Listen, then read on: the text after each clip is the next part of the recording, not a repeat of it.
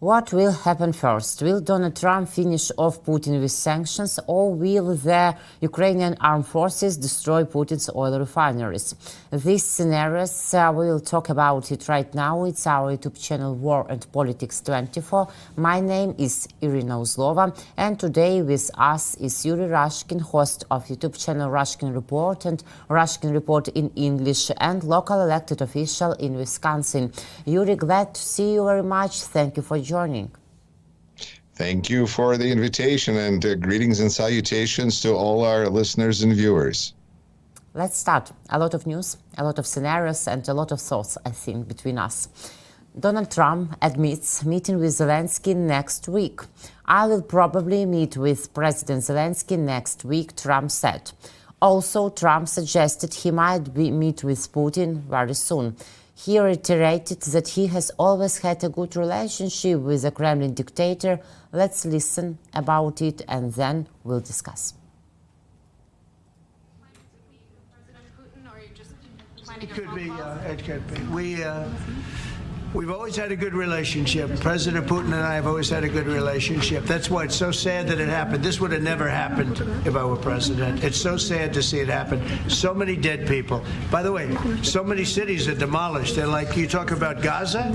Well, take a look at Ukraine. So many of those cities are demolition sites, demolished. So sad. Should have never happened. All those beautiful golden domes, but much more importantly, all those beautiful people are dead.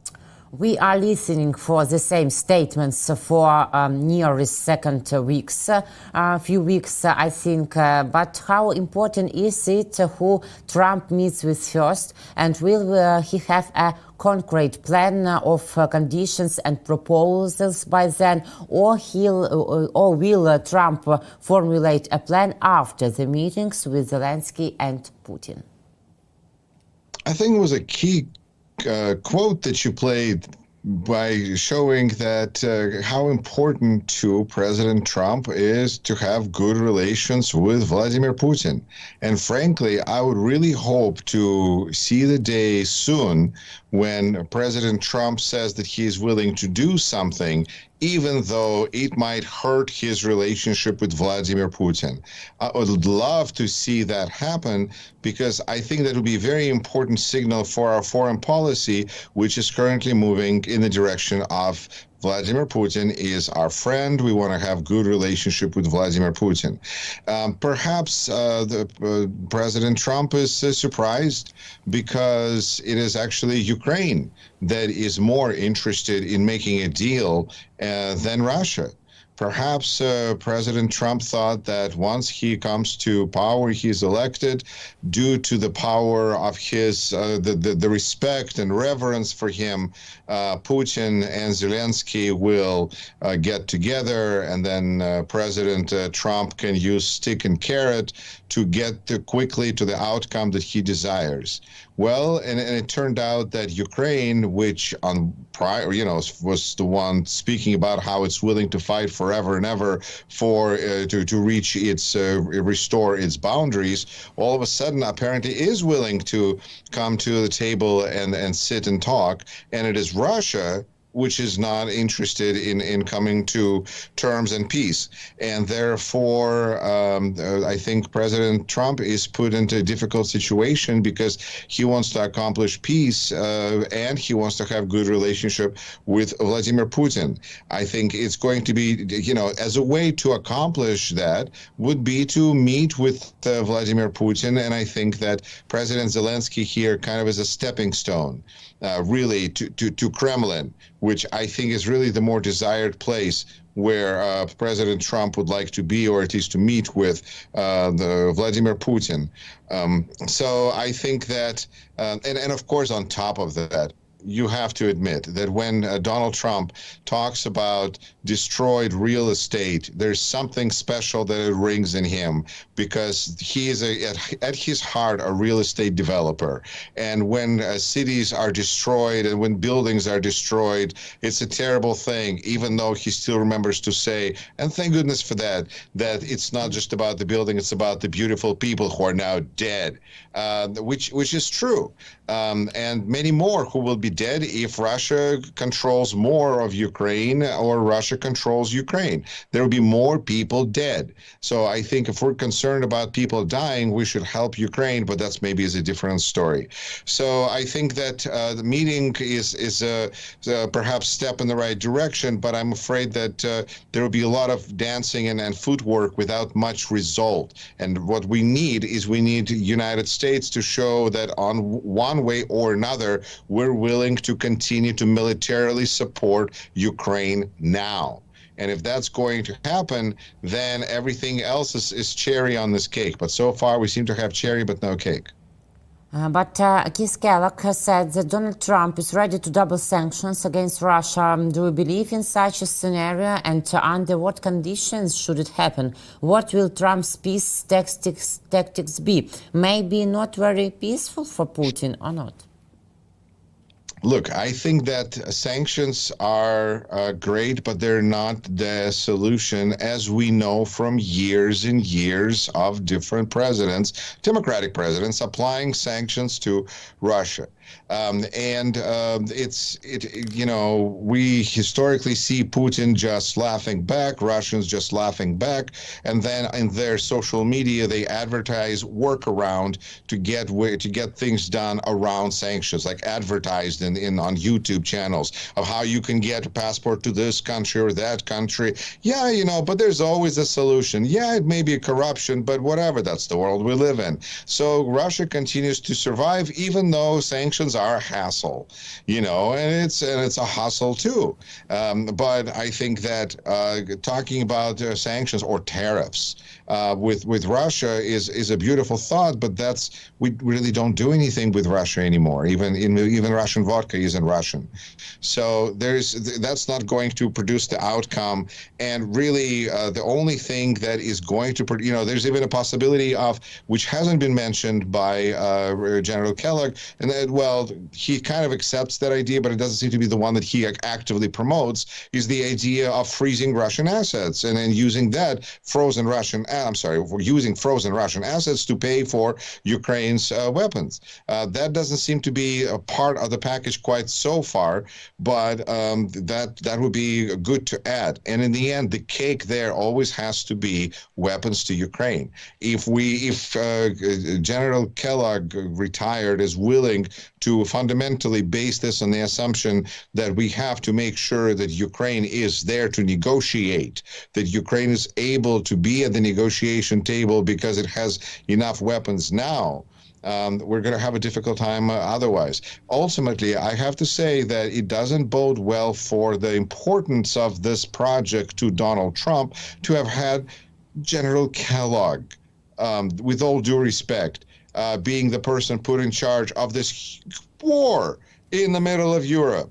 So there's probably could have been different people if, like during his first cadence, Donald Trump kept saying whenever there was some project that needed to be fixed, that Jared will take care of it. That Jared Kushner was the catch-it-all guy on comedy shows. People were making jokes about, wow, he's responsible for everything. What a guy. But at least it spoke of the fact that this is somebody who has president's ear, a president trusts. It's hard to even really gauge what is the level of trust that Donald Trump has with Keith Kellogg.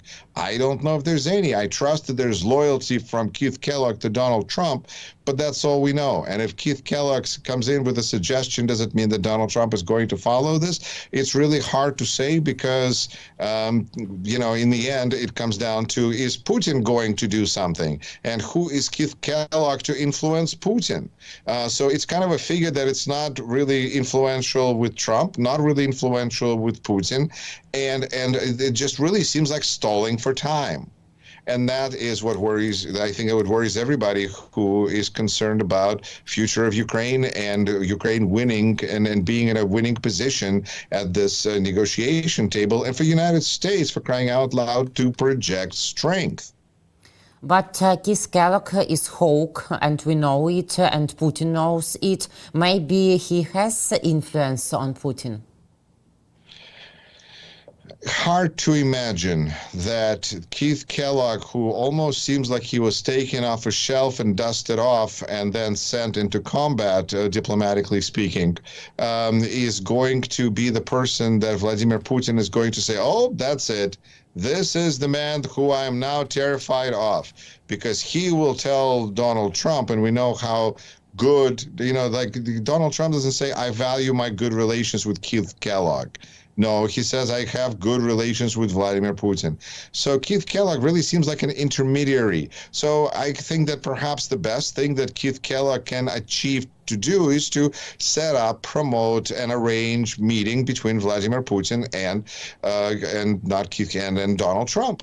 And I think this is really the big pinnacle of American foreign policy that will be the pride, the pinnacle of Trump foreign policy. Looking backwards, I suspect, if these people were to write history books, because if good relations with Vladimir Putin are so important, and meeting Vladimir Putin must be so exciting.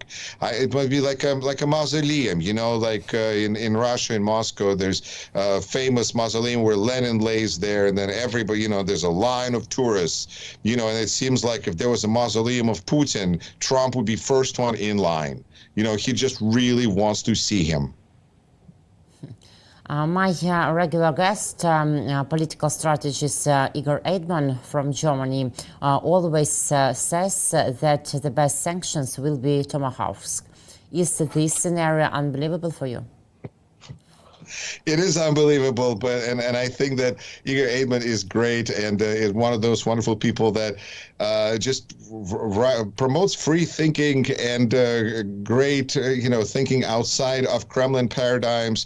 But I think that it's really hard to imagine how this administration is going to hand over tomahawks to Ukraine. It would be if we were reasonable people in terms of, let's say Ukraine loses.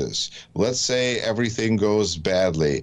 Oh my goodness, President of the United States must be just so embarrassed about this. He must feel awful about all, right? Because any normal person who would be in that position would just feel terrible. I mean, President Biden felt terrible about what was happening in Afghanistan, good, bad, ugly. But you can clearly tell he empathized with people and he tried, and any primary, right? But that's not what we associate with Donald Trump.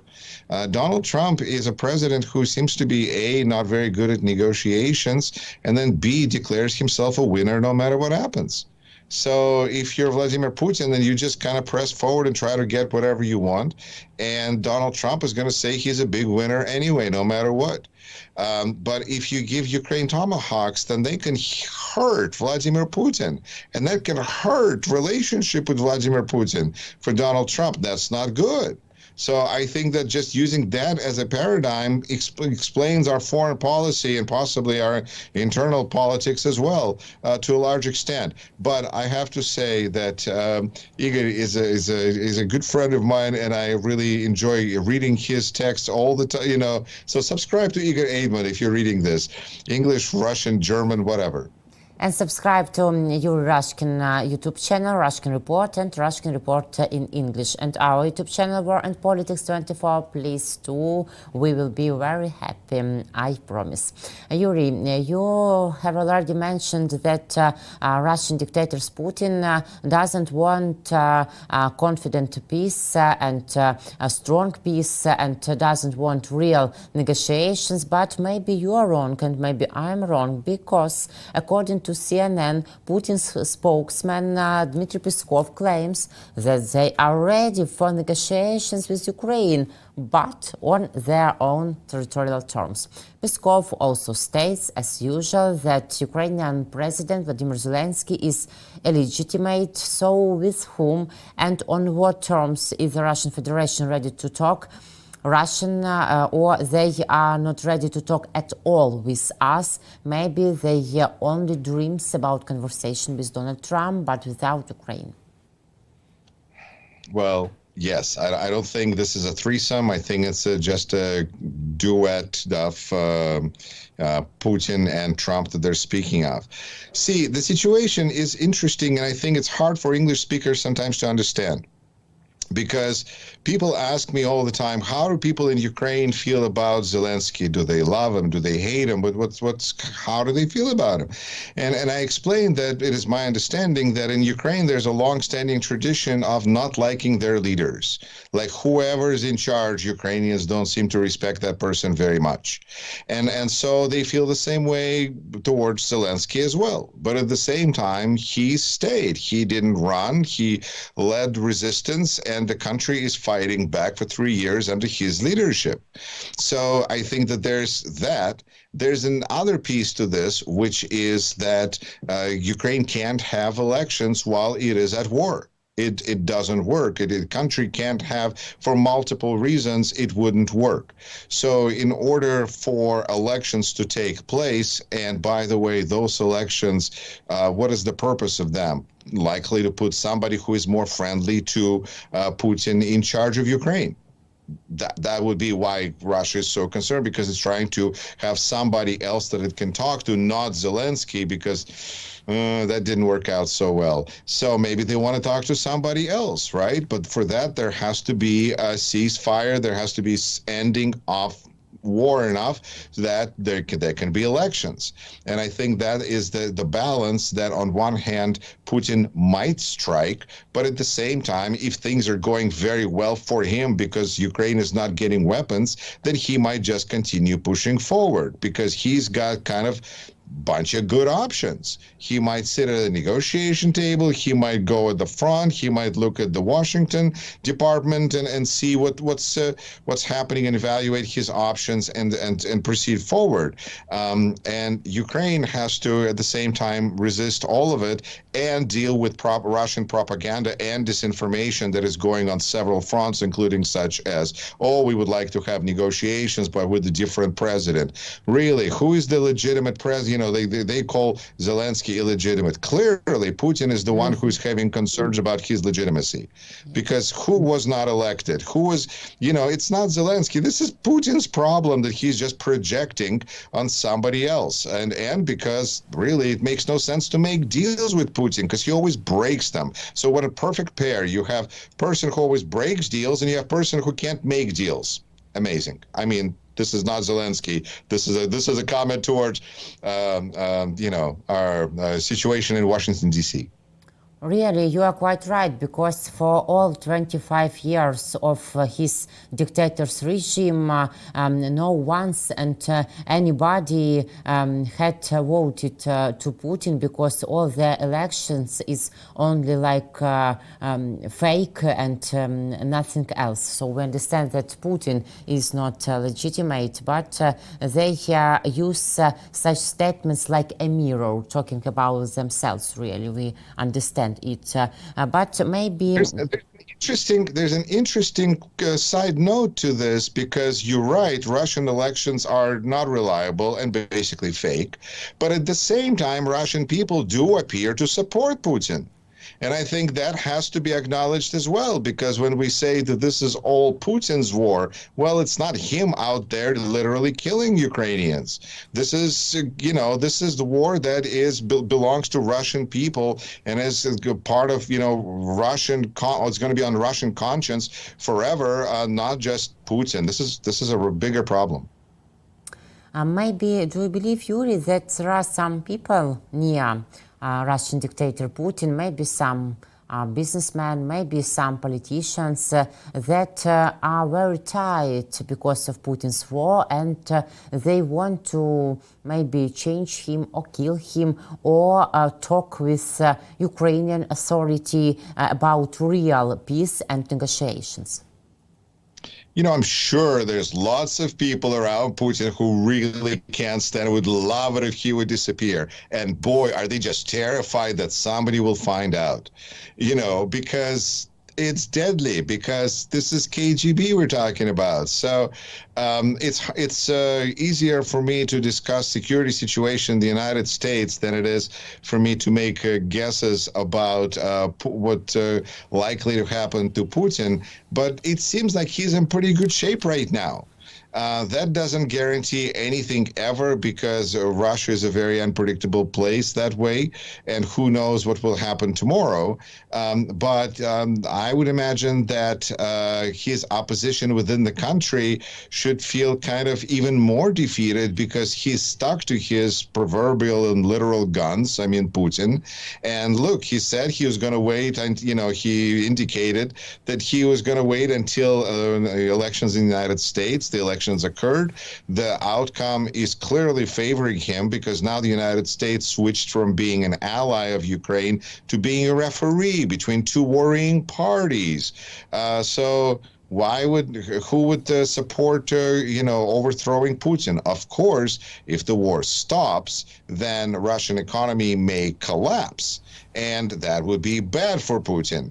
But that might be a reason why, in the end, whatever he says about negotiations, if we take the presumption that Putin is that his economy will collapse because it is a war economy and he can't really stop. There's not like a elasticity there. An elastic problem apparently there's a term now about supply and demand. That Putin has to continue war, therefore he can't really finish and be real about negotiations, and therefore this is all for naught. What do you expect from the visit of Keith Kellogg and J.D. Vance to the Munich Security Conference? A lot of talking, a lot of hot air, a lot of possibly fist waving, a lot of saying how amazing President Trump is. In a way, I have to say that, well, I mean, it's true, they're going to say it. But you have to, kind of following what I was saying today is that Keith Kellogg is not a particularly heavyweight in American politics. J.D. Vance without Donald Trump is, a door handle without a door. He's a vice president of the United States. But since the election, since the inauguration, we hear Donald Trump and we hear Elon Musk. We don't really hear J.D. Vance. So taking J.D. Vance and sending him to Munich with Keith Kellogg, I'd rather see Jared. Maybe Jared Kushner would be a bit more, heavyweight than these two individuals who do, as far as I'm concerned, do not project strength of America on the international stage. Maybe ignorance and posturing. So hopefully it's going to be taken the right way. But considering that we are currently, as the United States, as a country, are in the process of realigning who our allies are and who our enemies are, I think Munich Security Conference is a nice way to show that America has now no leverage, no strength, projects weakness, and sends vice president and retired general to this conference. Not good. But the key message of the Munich Security Conference is peace through strength. Who should demonstrate this strength? The US, Europe, or both? Irina, I have to correct you, although you make an interesting point. It's peace through strength. Strange is, it's kind of what it's going to be. Strength is an important idea because I keep thinking about this. We do need to project strength, but when we cut USAID, when we act irrational in every possible way on a federal level, when President Trump makes statements like he did about Gaza, we are not projecting strength. We're projecting irrational, not exuberance, but some other word, and it's scaring people off. So I think that this is not strength. This is irrational weakness, anxiety, bad negotiationship, and it's important to say nice words. Nice words. It's you got to have them too, because sometimes 47th president can't even find those. But after that, there's got to be actions. And in the end, there has to be there has to be new weapons to Ukraine, whether it comes as Lend-Lease, whether it comes as paid for by Ukraine's natural resources, which is cynical as all get out, but why not? Somehow there has to be new weapons to Ukraine soon. And I think that's what I'm not seeing, and everything else is just hot air and posturing. Ukraine bombed 26 military targets of Russia oil refining complex, its airfields, and this is only in January and February of this year. How painful are these strikes for the Russian dictator Putin, and how much does this strengthen our position at the negotiation table, future negotiation table? It appears that this is a wise move because in a war of attrition, one of Russian weaknesses historically has been logistics, getting things from point A to point B. In addition, Russia being a world gas station, or at least fancying itself as one, this would be another way to demonstrate that it is unreliable. It cannot be worked with, because if you want to do business with Russia, you're going to lose money.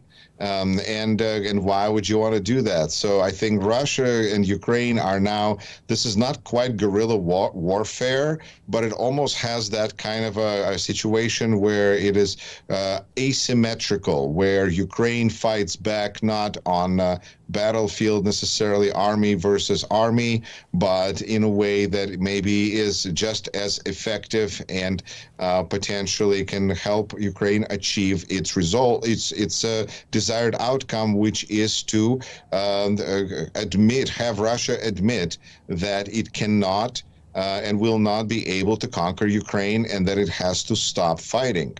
And I think that these types of attacks do not signal long-term security, but they can be very effective, I believe, in helping bring Russia to negotiation table through the war of attrition, not just Ukrainian soldiers, but also Russia's capabilities, which continue to decrease. Russia continues to get weaker by the day. But maybe, like, to make our conversations like a circle, maybe next Russian military targets and goals will be bombed by Tomahawks? It seems like with Ukrainian ingenuity, Tomahawks may not be needed. What I mean is this. I think Tomahawks have specific purpose, and if there was a Tomahawk that went at FSB headquarters in Moscow, I'd be all for it.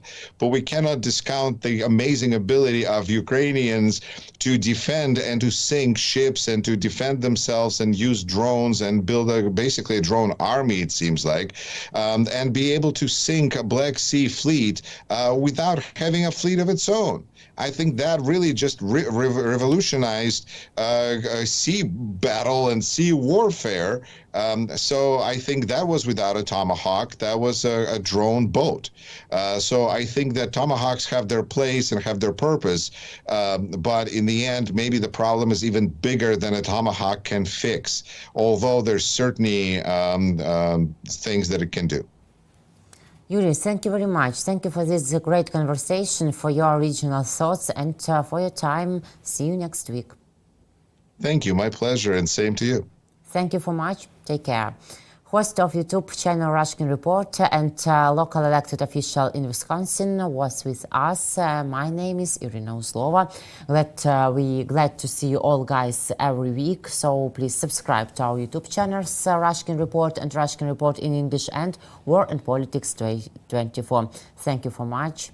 Take care.